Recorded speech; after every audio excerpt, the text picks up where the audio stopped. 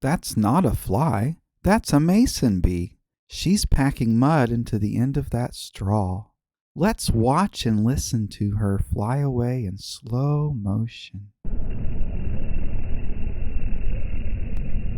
She works real hard to pack the end of the straw to keep out the predators so they won't eat her babies. Check out the differently colored mud that capped off these previously done holes. The mason bees must get mud from different areas of our yard. Here comes a different one out of a different hole. Let's watch and listen again in slow motion.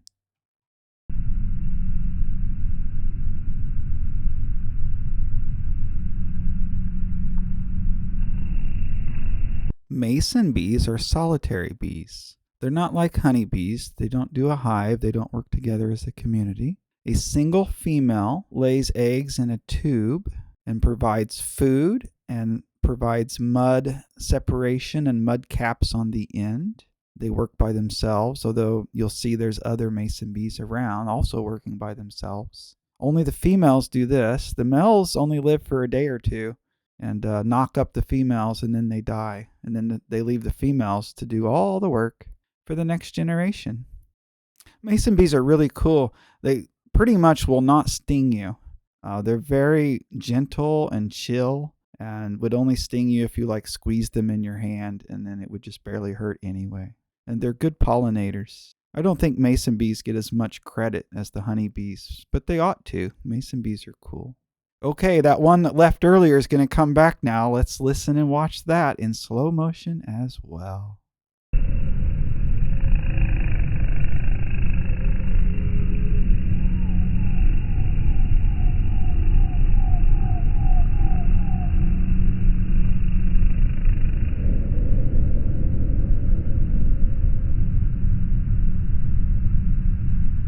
Up next, the bee that went in forward will back out, spin around, and back in, presumably to lay an egg. And then we'll see our original bee that's been working so hard. We'll get to see her fly away. And then stay tuned, because we're going to get to see her come back carrying a small ball of mud.